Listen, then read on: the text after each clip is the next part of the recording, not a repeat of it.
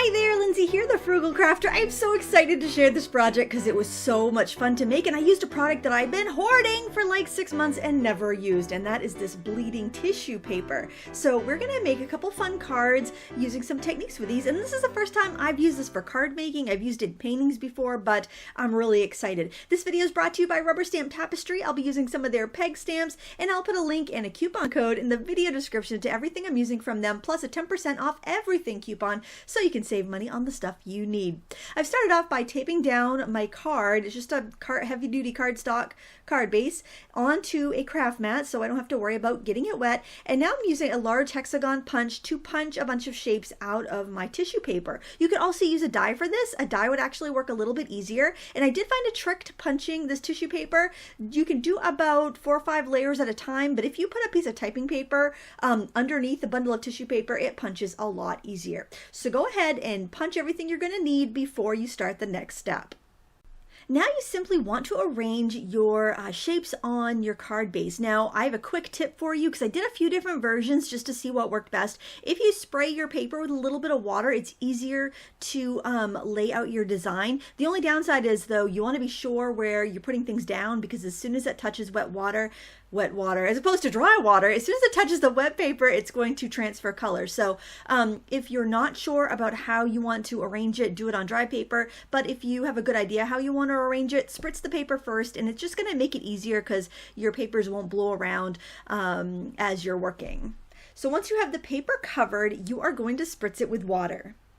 Now keep in mind that if your paper was not wet underneath, those tissue papers are really light and delicate, and the kind of force of your sprayer can actually blow them off the paper. So my advice is to try to spray it from directly above so that the droplets are just kind of like falling down onto them.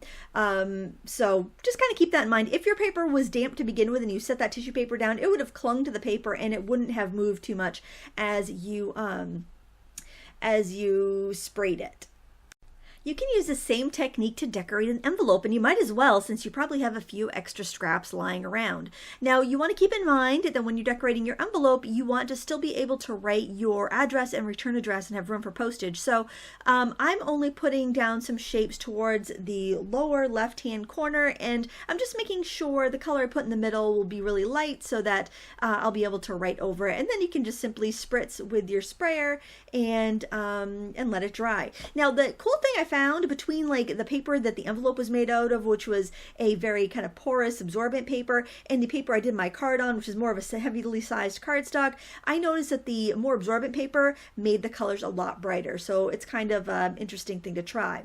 Now because you have paper color on both sides of the tissue paper, you can take another envelope or another card and just press it down on top of the card that you just made, and you can get a second print. Now keep in mind that your tissue paper might want to stick to the item that you put down to make that print from, so you can either leave it setting there together as it dries, but that's going to take a while because air is not going to circulate, or you could just kind of reach in there and pull off those little tissue paper pieces like I did, so that that card on the bottom could still get some more ink transferred onto it. Here you can see what I mean about the colors on the envelope, which is a more absorbent paper, being brighter than the colors on the cardstock. As I pull this up, you can see just it only being pressed there for a minute. It is super, super vivid, colorful, and bright on the envelope, and it's a little more muted on the card base. Now the card base, I've put the tissues back down, but I am going to dry it to help speed up the process a bit. But you'll see that it is much more muted on my cardstock than it is on my absorbent envelope. Also, I think the longer you let it sit on the paper, the more transferring of color you'll get. But I really like that muted hexagon pattern that I have on my card base. So here I'm drying the papers we put on the envelope that we laid down just in the same fashion as we did the card. And that also, again, really shows you the difference in how much color gets transferred onto a more absorbent paper, because it can hold the ink a little bit better. But in any event, no matter what paper you use, it's going to look fantastic. I thought these bright backgrounds would be wonderful for a birthday card because it's such a cheerful composition, such cheerful shapes and colors that I thought it would just be perfect with the party time peg stamps from Rubber Stamp Tapestry and also some of the singular birthday stamps that they offer. I'm going to put those in the video description so you can find them easily. So what I decided to do was kind of mimic the colors I used in the tissue paper and grab some of those brightly colored ink pads. And I'm using a couple different size balloons to stamp kind of like basically like a little background pattern chunk that I can punch out with those hexagon punches. I think the more that you can reuse a shape in a card, the more it leads to unity and the more your card looks put together when you're done. After I punched out that first design, I decided I would just do all the rest of my stamping and then punch out all the hexagons at the end. When I'm stamping something that I intend to punch out, I try to stamp it close to the edge of my cardstock so that I'll be able to get in there with my punch easily and angle it just the way I want. I decided to use a party hat, a birthday cake, and a cupcake for my images, and then I stamped the happy birthday to you kind of sing-songy stamp a couple times because I knew I wanted to make at least a couple cards. Since I stamped with Memento ink, I knew I could color them with my alcohol pens and not have any smearing. So I just simply chose a lime green, a bright yellow, and a nice bright pink to do my coloring with, carrying on the theme of the colors and the backgrounds of the card. After punching out the images, I thought the backgrounds looked a little too stark, so I used a sponge and some Bahama Blue ink to just gently color the edges of my hexagons. To give my small images a little bit more substance, I punched out larger hexagons with black to use as mats. You could also do this with any of your nestability dies that you already have, or even an electronic die cutter. You could pre-cut all the shapes if that makes sense for what you have for supplies at home. Remember, use the ideas with the supplies you have and make it work, people. I used liquid glue to secure each of the middles onto the black mats, and then I set them aside to dry while I decided what else I wanted to do with my cards.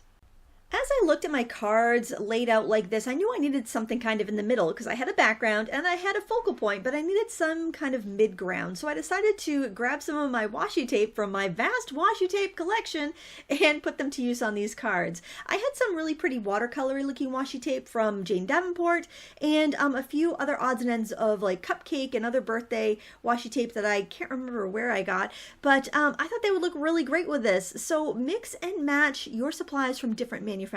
You're going to get the most value out of them that way because you're going to multiply their uses. So don't feel like you can only use, papers that come together in the same collection or tapes that come together in the same collection. That's ludicrous. You can mix and match your supplies to get maximum use out of your collection. I thought the cupcakes looked great with these watercolor splashes, and I also like the birthday balloons there too. It totally gives the happy birthday vibe I wanted to get. Now, one trick that I like to do when I'm doing washi tape is I'll extend it out a little bit. Sometimes I can stick my paper down and keep it from wiggling around on me while I'm working. So if you have that problem, you might want to try that too. So now I'm just kind of trying to figure out which way I want my hexagons to go. And I did notice that I didn't pay very good attention when I glued them down to make sure that they're like all the bottoms were, they were all standing upright. So I had to do a little clever arranging to make this one work. So the first thing I did is I tucked the loose tape behind the front panel of the card. You could trim it off if you didn't want to have that on the middle. And I really like that kind of down on its own, but I didn't like those big strips of tape without them being broken apart. So I thought I like the balloons and on the bigger hexagon, and I also like the sentiment because I want to have a happy birthday sentiment. So then it was just a point of me moving it around on the paper until I figured out what I liked. So take your time with this. It should be a lot of fun. Allow yourself to play with your supplies until you really find something that strikes you, and at that point you can glue it down. And to give them a little more dimension, I decided to use my foam squares so I could kind of pop them up a little bit, because when you have a simple card like this, it's nice to just give it a little extra something to make it have a little more interest. And the other card I did the exact same way. I just decided to do a portrait orientation instead of a landscape orientation, but I used the washi tape and I used the foam squares just the same as I did before, just in a different layout. I hope you enjoyed this project, and if you did, please give it a thumbs up. And if you want to find any of the supplies I used, check out the supply list in the video description. I'll have links to the supplies I got at Rubber Stamp Tapestry. You can find them online at pegstamps.com, as well as a coupon code for 10% off your entire order. I want to thank them so much for their support. I want to thank you for watching, and until next time, happy crafting.